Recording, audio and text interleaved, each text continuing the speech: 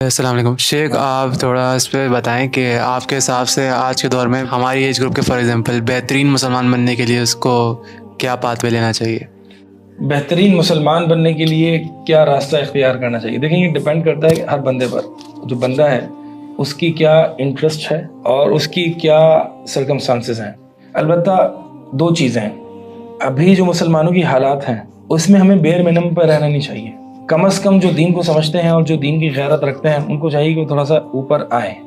ٹھیک ہے، کیونکہ دین کو بھی ضرورت ہے. یہ بھی اچھا مسلمان ہے کہ حلال کماتا ہے، 5 نمازیں فرض پڑھتا ہے، روزے رکھتا ہے اور علماء کے ساتھ ہفتے میں 1 آدھ دن تعلق رکھتا ہے. بس گناہ نہیں کرتا، جو پابندیاں ہیں، جو اللہ تعالیٰ کے احکامات اس کو بجا لاتا ہے. یہ اچھا مسلمان چلا آخرت میں کامیاب ہے.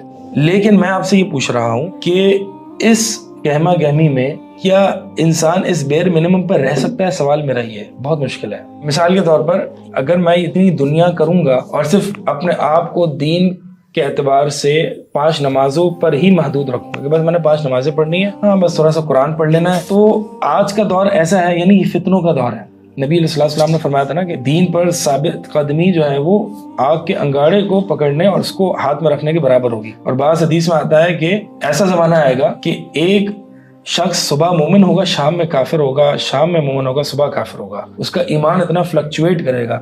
اور یہ ایمان میں جو فلکچویشن آئے گی وہ کس وجہ سے آئے گی؟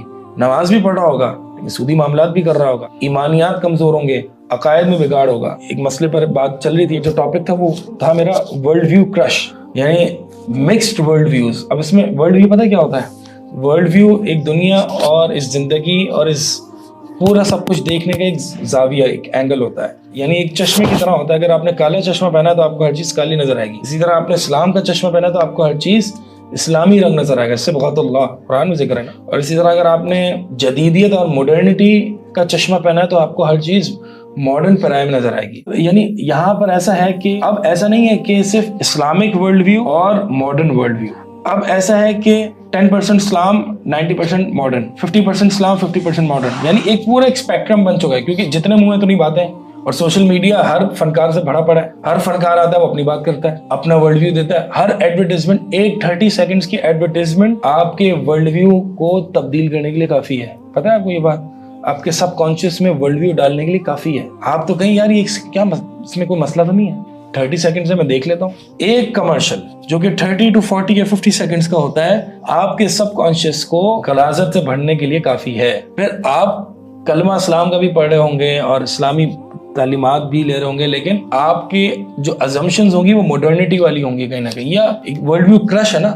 یہ ڈپریشن جو آتا ہے یا انسان جو ہے وہ ایک موقع پر آگے رک جاتا ہے کہ میں کیا کر رہا ہوں، کہاں جا رہا ہوں. یہ ساری چیز جو ہے نا یہ اس وجہ سے آتی ہے کہ ایک ورلڈ ویو کی ایک گہما گہمی ہوتی ہے. اب پہلے کے دور میں یہ اتنا نہیں ہوتا تھا، کیونکہ پہلے کے دور میں جو ہے وہ ایک سوشل میڈیا سے اتنا ایکسپوجر نہیں تھا اور لوگوں کی باتوں سے اتنا ایکسپوجر نہیں تھا. تو بات جو میں کر رہا ہوں وہ یہ ہے کہ یہ دور ایسا ہے کہ اگر آپ نے علماء سے تعلق نہیں بنایا اور اس کلاسیکل علوم سے کچھ نہ کچھ نہ جوڑے رہے تو یہ دنیا اچکنے والی ہے. ہر طرح کا فنکار آ کے اپنی بات کر رہا ہے اور ایسے لوگ ہیں جو کہ ان کی گمراہیوں میں بہہ جا رہے ہیں. تو لہٰذا بہت ضروری ہے، اگر ہم یہ سمجھتے ہیں کہ یہ 1-2 سالہ قرآن کی تفسیر پڑھنا یہ کوئی عالم بن رہے ہیں، تو عالم نہیں بن رہے. یہ تو اسلاف میں یہ ہر عام بندہ یہ چیزیں جانتا تھا.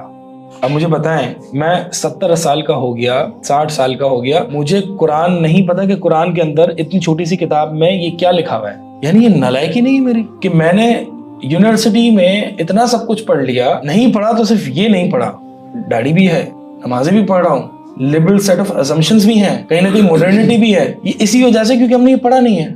تو یہ بہت بڑی نالائکی ہے کہ اس ایج میں پہنچ کے ہم نے قرآن پورا نہیں پڑھا کہ کیا ہے قرآن. اور ہمارے نبی علیہ الصلوۃ والسلام نے ہماری زندگی، دنیا اور آخرت کی کامیابی کے تعلق سے ہمیں کیا گائیڈ لائنز دی ہیں. ہم نے ایتھکس بڑی بڑھ چڑھ کے جو ہے وہ یونیورسٹیز میں پڑھی ہوئی ہیں.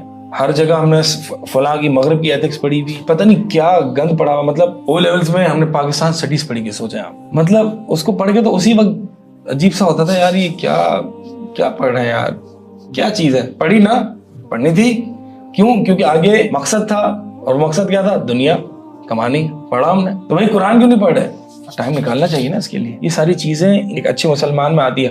اور خاص طور پر یہ کرائٹیریا تھوڑا اور بڑھ جاتا ہے جب فتنوں کا زمانہ آتا ہے. اللہ کے نبی علیہ الصلوۃ والسلام نے عام حالات میں یہ نہیں کہا کہ اپنے گھروں کو لازم پکڑنا، ایسے لوگ آئیں گے جو تمہیں ایسی باتیں بتائیں گے، ان سے بچ کے رہنا، ان سے دور رہنا. یہ اللہ کے نبی علیہ الصلوۃ والسلام نے یہ کرائٹیریا بلند کیا، یہ کرائٹیریا، یہ اسٹینڈرڈ بڑھایا جب فتنوں کا زمانہ آیا.